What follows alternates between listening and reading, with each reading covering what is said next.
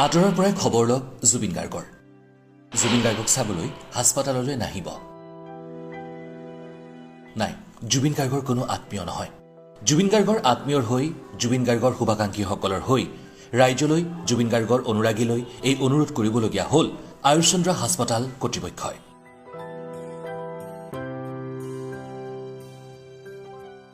মহানগৰীৰ এইখন হাস্পতালতে সম্প্ৰতি চিকিৎসাধীন হৈ আছে শিল্পী জুবিন গাৰ্গ ডিব্ৰুগড়ত আঘাতপ্ৰাপ্ত হোৱা শিল্পীগৰাকীক এয়াৰ এম্বুলেন্সেৰে লৈ অহা হৈছিল গুৱাহাটীলৈ আৰু তাৰ পাছতেই তেওঁ ভৰ্তি কৰোৱা হয় চিকিৎসালয়খনত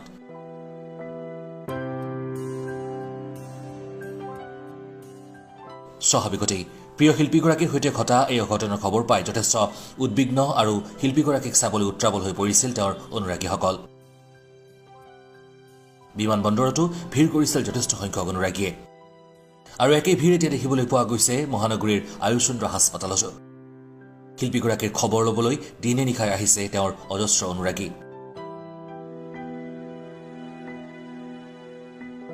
আৰু তেনে এটা সময়তে হাস্পতাল কৰ্তৃপক্ষৰ বিশেষ মন্তব্য জুবিন গাৰ্গৰ স্বাস্থ্য সুস্থিৰ যদিও প্ৰয়োজন এতিয়াও যথেষ্ট জিৰণিৰ জুবিন গাৰ্গে ঠিকমতে খাইছে শুইছে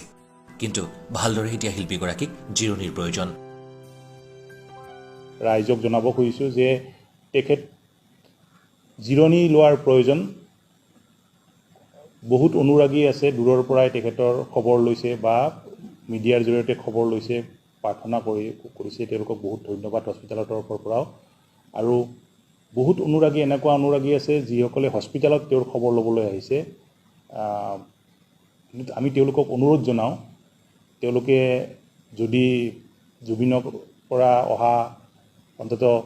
4-5 দিনৰ কাৰণে আঁতৰি থাকিব পাৰে জুবিনৰ স্বাস্থ্যৰ কাৰণে ভাল তেখেতে এতিয়া জিৰণি লোৱাৰ প্ৰয়োজন তেখেতৰ টোপনিৰ প্ৰয়োজন এতিয়া যদি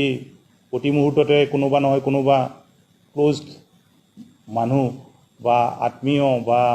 তেওঁৰ অনুৰাগী হস্পিটেললৈ আহি থাকে তেওঁৰ ৰুমলৈ তেতিয়াহ'লে তেওঁৰ কাৰণে সুবিধাজনক নহয়